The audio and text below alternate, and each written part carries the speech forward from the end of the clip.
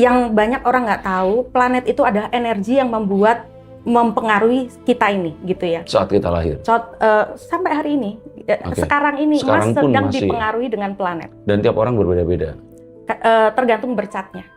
Jadi efeknya beda. Jadi kalau umpama nih sekarang Jupiter transit di Cancer, kalau bercatnya mendukung, ini boom banget buat mereka. Mbak jelaskan tentang transit, Mbak, biar sahabat ngaji Roso ini mengerti. Yang disebut transit itu berarti planet kita. Planet itu kan berputar, berrotasi. Betul. Nah, rasi bintang itu yang sering kita bilang zodiak. Ya. Itu kalau di Vedic menyimbolkan sebuah karma cerita. Gitu. Oke, sama-sama 12. 12 juga, dari Aries sampai Pisces. Ya. Yang membedakan adalah kalau Western mereka menggunakan banyak planet, Mas. Jadi overcook ya. Jadi ilmunya tuh mereka ambil dari Vedic, tapi dimasak, dimasukin banyak planet-planet seperti Uranus, Neptune, Pluto, ini nggak masuk gitu. Kalau diambil dari Vedic, artinya Vedic ini memang lebih tua dan tertua ya? Iya. Ya, awal mula ditemukan di Arab, lalu dibawa ke India. India sampai hari ini mengaplikasikan itu dan dipakai untuk keseharian, bahkan untuk guidance mereka, contoh untuk pernikahan, apakah ini cocok pasangannya sesuai dengan takdir hidupnya gitu. Jadi ya samalah kalau di Jawa kan kita juga ilmunya gitu kan Mas, dicocokin wetonnya sama atau enggak. Tapi kalau ini sih karena lebih ke spesifik ya. Jam lahir itu kan membuat kenapa setiap bercat itu unik, setiap ceritanya tuh unik. Bisa lahir di hari yang sama tapi beda. Nah kalau dibelah lagi Mas, ada kasus anak kembar gitu ya, lahirnya cuma beda 5 menit. Nah perbedaan jam itu sudah berbeda, perbedaan naksastra itu juga membedakan. Naksastra itu satu zodiak dibagi 3 naksastra. Apa aja itu?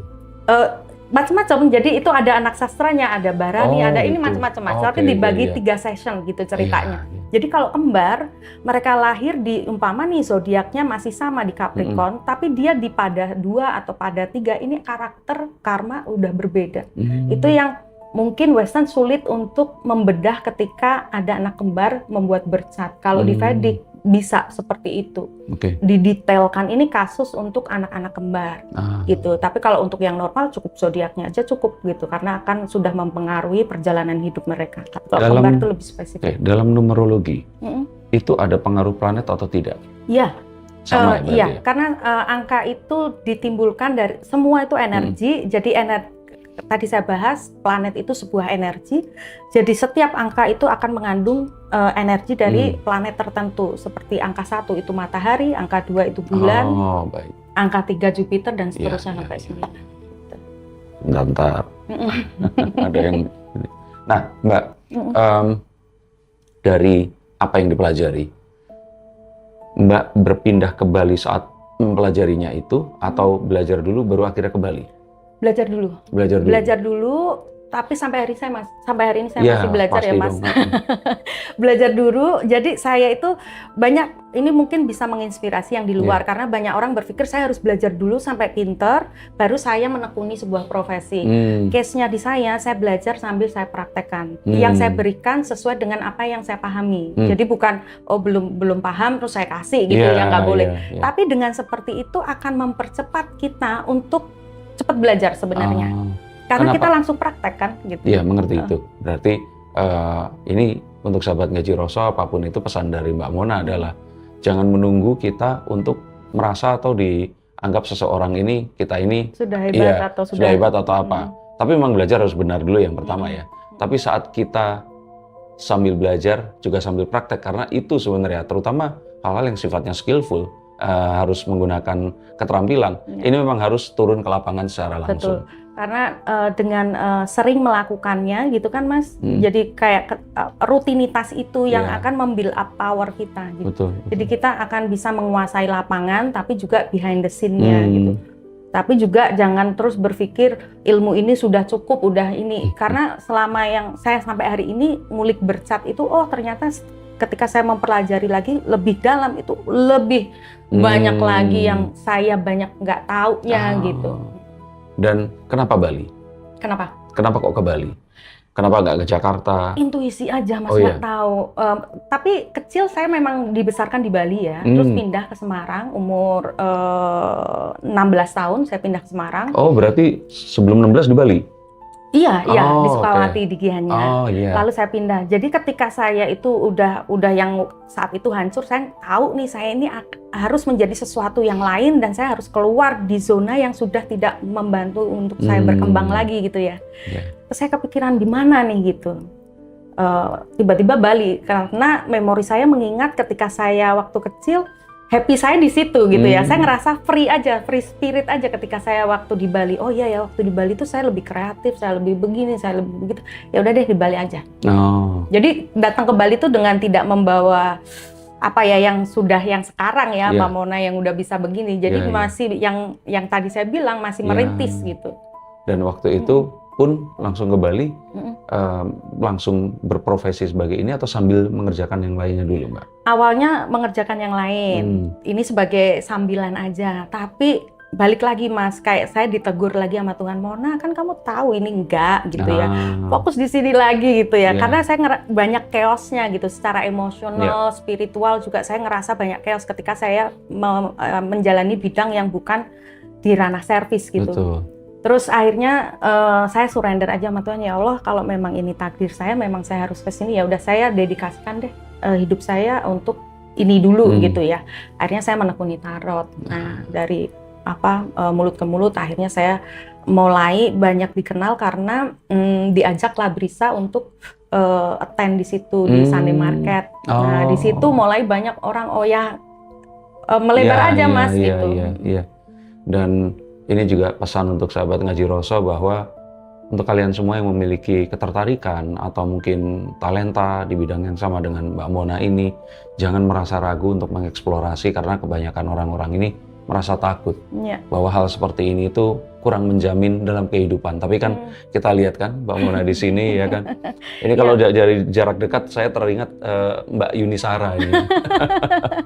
Nah, Mbak, ada beberapa pertanyaan yang mungkin akan sambil kita nanti eksplorasi lebih jauh lagi. Mungkin sahabat Ngaji Roso di sini juga penasaran, apakah astrologi itu hanya sekedar ramalan atau ini sebenarnya bahasa simbolik untuk membaca pola kehidupan manusia? Bagaimana kalau kata Mbak Mona? Ya. Awalnya dulu sebelum saya memahami ilmu ini, saya berpikir bahwa ini hanya sebuah prediksi gitu ya. Jadi kayak lebih ke sainsnya apa yang bisa ditimbulkan ketika sebuah planet itu transit ke sebuah zodiak. Tapi ketika saya mendalaminya, ternyata Tuhan itu menciptakan rasi bintang-bintang ini. Kalau siang kita nggak bisa lihat karena cahaya matahari menutupi ya. Tapi kalau malam tuh jelas di kegelapan. Ini kan simbolik kehidupan manusia. Dalam kegelapan perjalanan hidup kita tuh pasti akan sering kebingungan. Kegelapan tuh kebingungan. Tuhan tuh maha baik, dikasih itu untuk pola yang kalau kita belajar ini bisa nuntun untuk memahami kenapa perjalanan kita seperti ini gitu. Karena kan banyak orang, Mbak, kenapa ya saya begini, kenapa hidup saya begini, kenapa saya begitu. Nah, ketika kita memahami bercat, ini pengalaman dari ratusan klien yang sudah saya bikin bercatnya, mereka, Mbak Mona, saya sekarang baru paham. Memang ini perjalanan hidup saya mulai harus mau menerima gitu.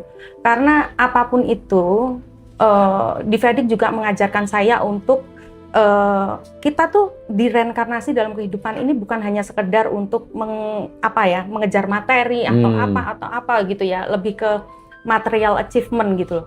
Cuman kita itu jiwa yang ada di dalam badan yang membawa sebuah karma yang harus kita jalani. Karma ini ada baik, ada buruk.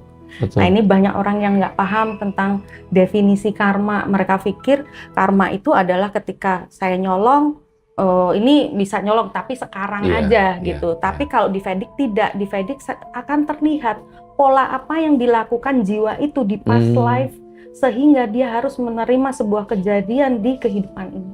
Past life itu artinya past kehidupan life. Sebelumnya. Berarti reinkarnasi. Reinkarnasi. Oke. Jadi dalam Vedic pun itu mengenal konsepsi itu tadi ya. Jadi untuk yang mau belajar Vedic pun ketika mereka tidak percaya reinkarnasi ini akan dangkal dan nggak bisa untuk memahami karena memang relate-nya past, present, dan future, Mas. Oke, reinkarnasi itu artinya apakah memang kita terlahir kembali ataukah ada DNA yang kita memang warisi dari leluhur kita di masa lalu? Kita terlahir kembali. Jiwa yang sama. Ya, jadi kalau kita selesai, kita tidak akan mungkin ada di dunia ini. Oke. Kita udah selesai nih. Ya. Kalau di Islam mungkin husnul khotimah gitu ya, betul. moksa, kalau di Hindu di Buddha. Betul. Nah, ketika kita terlahir, berarti kita itu udah fix punya membawa 2 karma. Kalau enggak, kita nggak akan direinkarnasi Apa lagi. itu?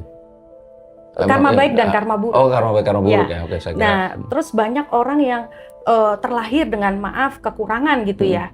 Yang disalahkan Tuhannya. Oh, Tuhan, kenapa kamu memberikan keturunan yang seperti ini? Bukan. Jadi kalau di Vedic kita membawa 3 karma, karma pikiran, karma apa yang kita lakukan, dan karma perasaan kita. Okay. Jadi kita baru mikir aja untuk awas lu ya nanti gua tonjok gitu ya. Yeah, itu sudah meng-create karma dan apa yang kamu lempar pasti akan kembali. Kamu hadapin Panen, gitu. ya? Suatu saat nanti kamu ada situasi yang membuat kamu harus nonjok orang dan kamu ditonjok gitu. Nah itu istilah karma ya. Apa yang kamu lempar, kamu tangkap. Dan karma itu sudah dibawa dari beberapa kehidupan sebelumnya, sebelum kita terreinkarnasi dan kehidupan sekarang ya yang kita lakukan. Jadi kita tuh kalau ditanya bisa nggak sih Mbak merubah karma, hampir impossible, almost impossible, karena kita itu sangat ruwet banget karmanya. Okay. Karena kenapa? Dari past life kita nggak paham kita siapa, apa yang kita lakukan nggak tahu. Yeah. Terus ditambah lagi kalau kesadaran kita nggak aktif, kita bisa memperkeruh karma kita gitu. Jadi kalau mau dilakukan sendiri butuh dedikasi dan awareness yang bagus untuk memahami karma kamu sehingga kamu tidak harus mengulang karma-karma yang sama gitu. Tapi ya penting harus mengikut sertakan Tuhan ya, karena ini di luar kemampuan kita. Jadi di bercat banyak orang, Mbak kok ini sesuai banget, ini dari kecil sampai ini. Mereka baru sadar bahwa surat takdir itu udah tertulis. Kalau pengen merubah surat takdir ya harus melibatkan Tuhan, karena hanya Tuhan yang bisa. Oke, aku maafin deh, ini saya cancel gitu ya. Tapi kalau diri kita enggak, mau kamu lari kemana, surat takdir itu akan menarik kamu untuk mengalami sebuah peristiwa itu. Oke, artinya kita bisa juga meminta kepada Tuhan untuk merubah itu. Iya, pengampunan ya. Oke. Nah, kalau tanggal lahir seseorang ini bisa menunjukkan karakter, artinya itu berarti seperti Mbak tadi bilang, suratan takdir itu semua sudah dituliskan sejak awal. Atau ada nggak yang mungkin kita diberikan satu ruang tertentu untuk berimprovisasi? Iya, ada. Namanya free will kan? Nah, itu sama takdir gimana Mbak? Itu korelasinya? Takdir fix, free will tidak bisa merubah takdir karena bukan tidak bisa menjadi garansi merubah takdir seseorang itu. Karena free will itu balik lagi Mas kesadaran. Ketika Mas Denny melakukan free will tapi dengan tidak kesadaran, malah dengan menggunakan sesuatu yang umpama nih di bercat malah tidak boleh menggunakan power itu, tapi Mas Denny tetap memaksa menggunakan power itu. Akhirnya apa ya? Pasti akan rusak gitu. Free will itu contohnya apa? Seperti Mbak pakai baju hitam hari ini itu free will? Itu kalau secara di atasnya ya, maksudnya dalam arti tidak mendalam. Kalau saya free will itu saya gunakan untuk kayak gini. Contoh saya ke-trigger suatu kejadian yang mungkin membuat saya bereaksi. Saya gunakan free will saya di situ. Jadi free will bukan, oh ya saya mau ke sana, saya mau pakai baju ini, enggak.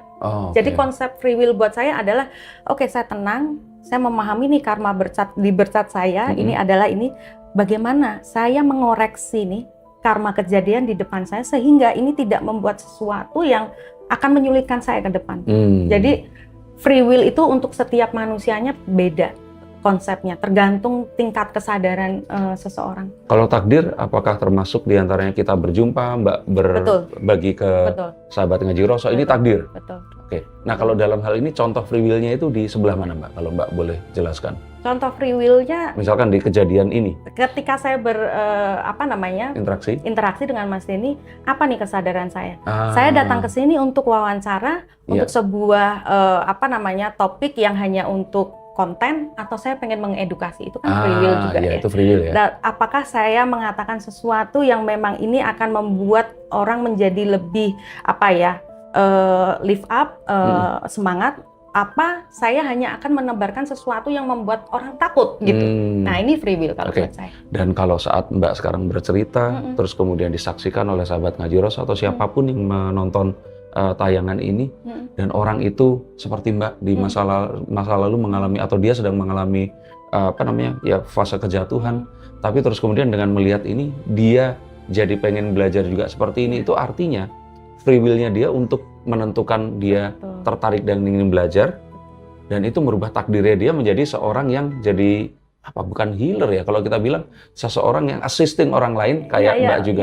Itu takdir ya? Mas Dhani juga iya.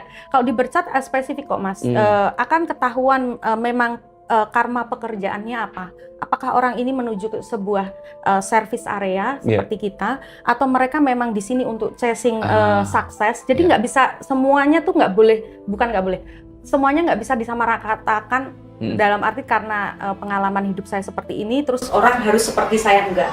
Jadi di Bercat lebih clear pathnya mereka apa karmanya, karena beda Mas, kayak yang tadi saya sampaikan, kita tereinkarnasi dengan membawa mix karma yang sangat impossible untuk kita pahami. Betul. Jadi Bercat ini bisa membantu untuk kita duduk dan memahami, oh ini pelajaran hidup saya, oh pantas kenapa saya dilahirkan dengan orang tua seperti ini, kenapa saya berpasangan dengan seperti ini, karma apa sih yang memang saya bawa dari past life sehingga saya harus mengalami kesakitan saya yang sekarang gitu. Oke. Itu menarik, dan saya juga akhirnya dapat juga hal baru untuk pelajari free will itu yang mana, terus kemudian takdir dan karma baik dan karma buruk itu tadi ya.